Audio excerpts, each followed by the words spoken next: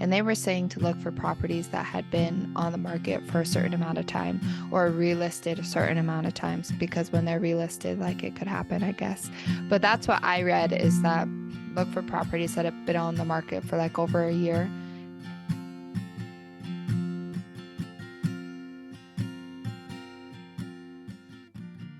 Welcome to the Break Free Real Estate Podcast, your daily guide to financial freedom through real estate. I'm your host, Jocelyn Kaufman, and I'm here with my co-host, David Robinson.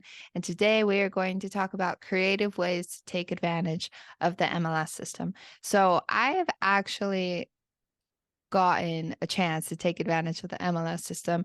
Sometimes there are little glitches in the MLS that make it almost impossible to find certain properties. And realtors don't realize this because from their end, it's on the MLS.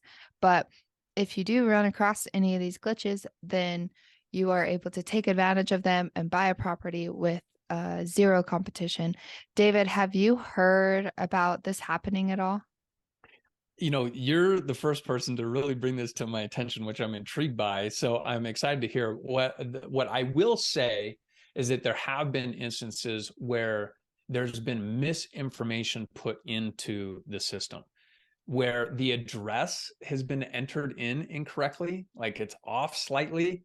Or it's entered with the wrong square footage, or year built mistakenly. And so there's certain inputs that, if they're inputted incorrectly, would keep the listing from actually showing up in a lot of searches. And so that I have experienced, but what you're about to share, I think, is crazy and awesome. And I want to hear more about it and potentially see how you can, I don't know if you can duplicate it, but here, let's let you sort of explain it. Well, after this happened, I'll fast forward a little bit. After I found this glitch, I ended up buying the property. I kind of was really curious to what had happened. I realized that I had zero competition on this place. That was an amazing deal. I was getting it for half the price that anything else has been sold for in the area.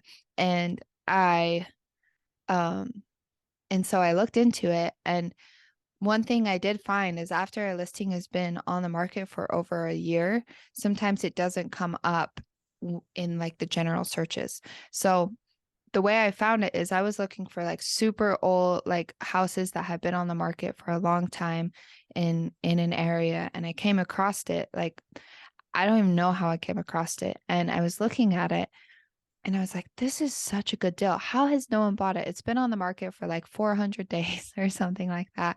And I called the realtor and I asked him about it. And he's like, yeah, we haven't had anyone coming to ask us about it for a while. I'm like, okay, well, this is my shot.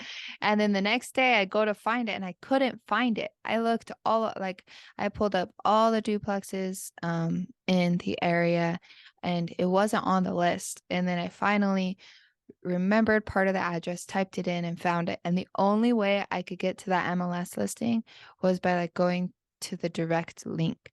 And I got an amazing deal on this property, and 9 months later I actually sold it for double. So it was So do you feel like crazy. Is there a way to duplicate that experience, like, or was it just sort of happenstance? Well, I think if you spend enough time looking for properties, and you spend enough time familiarizing yourself with the market, you are going to come across with like misinformation. Like you said, you may come across with these type of places. When I was researching, other people have noticed the same thing, and they were saying to look for properties that had been on the market for a certain amount of time or relisted a certain amount of times, because when they're relisted, like, it could happen, I guess. But that's what I read, is that look for properties that have been on the market for like over a year, and or like even going a step further and looking for properties that have been on the market a year that were withdrawn, because those people might be willing to sell.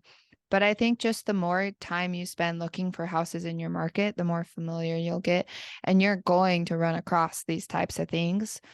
It's just noticing them and taking advantage of them when you do find them.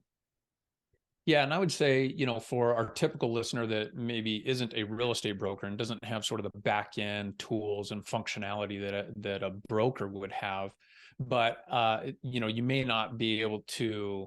I think if you spend enough time reviewing on market properties, you'll notice these anomalies, and then you can take advantage of them. For the brokers, what I like to do is pull as much data as I can, export to Excel, and then sort by price per square foot based upon age or the amount of time, days on market, that the property's been on the market. And then all of a sudden you can start to sort by price per square foot. And if it's a similar type of property, then you can start to identify those that may be either mispriced or mislisted in some fashion or another. And those are ones that could potentially be opportunities. So that's one strategy that I've used in the past. Yeah, and if you are not a real estate agent or broker, you can ask your real estate agent to pull a list for you. If someone asked me to do that, I would do it in a heartbeat for them. And, it doesn't take us a long time to send you over a spreadsheet and you could go through that. But then that goes back to previous episodes, like making connections, finding, like, working with a realtor does have its advantages for instances like that, and especially a realtor that knows what they're doing and knows how to give you those different resources. Do you have anything else to add, David? No, I think that's great. I think we covered it. That's it for today. For more daily investing tips and real estate secrets, don't forget to visit breakfreerealestate.com and make sure to like, subscribe, and share our podcast. We will see you tomorrow.